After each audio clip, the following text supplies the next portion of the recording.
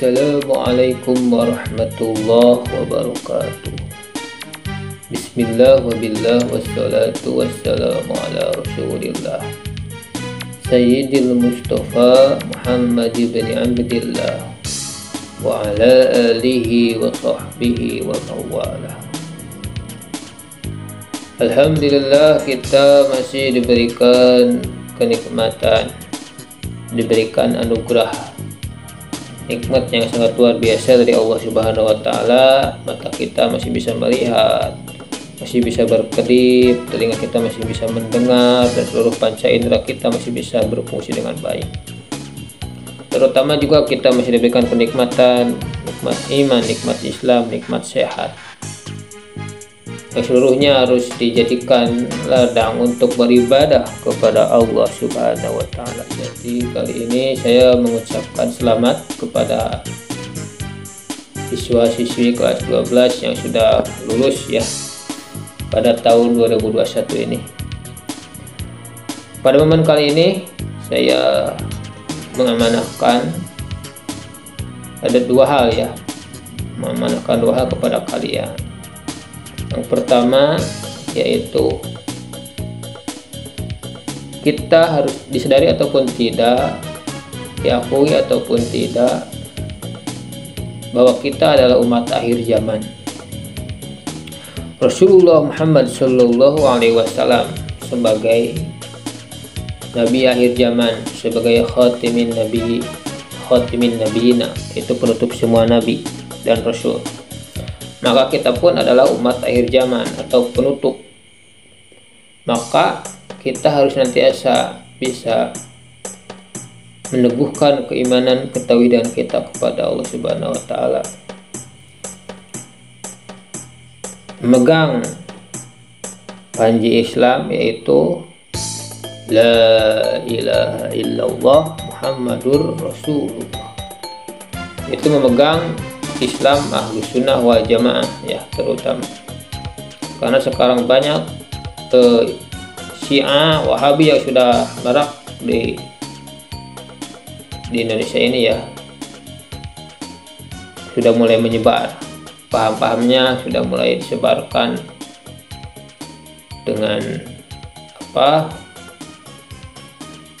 dengan maksimal begitu oleh mereka itu. Kita pun harus bisa untuk mempertahankan akidah Ahlus Sunnah wal Jamaah ya sampai meninggal.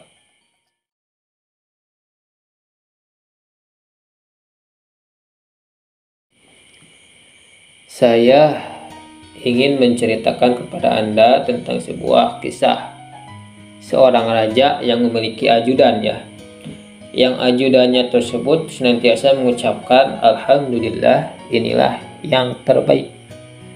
Jadi apapun kondisinya, dia itu senantiasa mengucapkan Alhamdulillah, inilah yang terbaik. Suatu hari sang raja mengajak ajudannya itu, kemudian para prajurit untuk berburu rusa ke hutan. Kemudian ketika salah seorang prajurit membidikan anak panahnya ke sebuah sasaran, ternyata sasarannya itu mengenai tangan si raja. Lalu kemudian si ajudannya tersebut mengucapkan Alhamdulillah, inilah yang terbaik, itu di depan sang raja. Lalu bagaimana perasaan sang raja? Tentunya sang raja akan marah ya, marah gitu. Kamu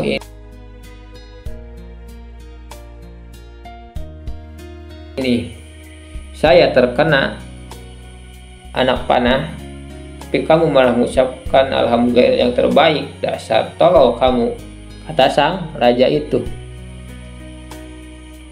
Akhirnya si ajudannya itu di penjara, dihukum ya, karena dianggap telah melecehkan sang raja. Si ajudannya tersebut berkata apa? Alhamdulillah, inilah yang terbaik. Meski di penjara, dia itu mengucapkan alhamdulillah, inilah yang terbaik. Diam aja, yaitu berarti ya di penjara, di kerajaan itu. Sementara si rajanya itu tadi diamputasi ya, karena udah terkena anak panah dari salah satu prajurit. Suatu hari rajanya tersebut ingin lagi berburu lagi bersama prajuritnya. Ini mah ya, bersama prajuritnya lagi berburu lagi ke hutan. Kemudian ternyata tersesat di hutannya itu. Tersesat, saking luasnya hutan, tersesat.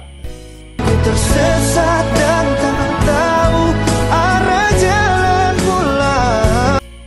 Tidak menemukan arah jalan pulang. Dia bertemu dengan suku kanibal.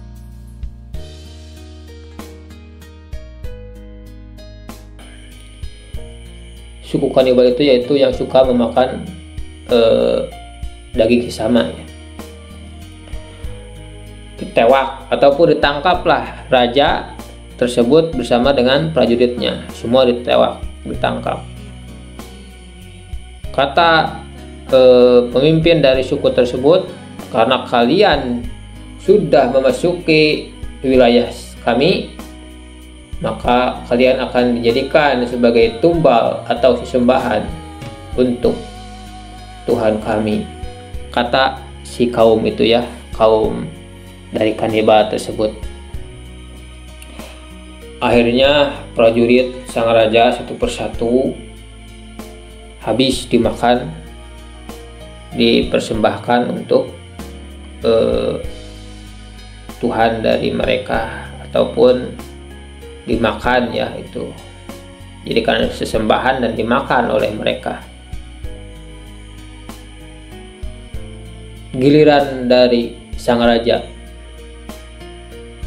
ternyata sebelum dijadikan sesembahan dan dimakan ya, diperiksa dulu ada yang cacat atau tidak dari fisiknya.